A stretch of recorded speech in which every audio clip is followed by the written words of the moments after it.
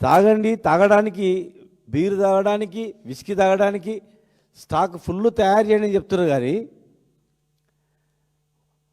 వర్షాలు పడుతున్నాయి, నాటేసేది ఉంది, మరి పిండి సంచులు కూడా ఉన్నాయా లేదా అని చెప్పి అగ్రికల్చర్ డిపార్ట్మెంట్ వాళ్ళు కూడా పోయి గోడౌన్లలో పోయి చెక్ చేసి ఎన్ని ఎకరాలు నాటేస్తున్నారు, ఎంత సరిపోతుంది యూరియా అని కూడా దాని మీద కూడా దృష్టి ఉంటే బాగుండేది.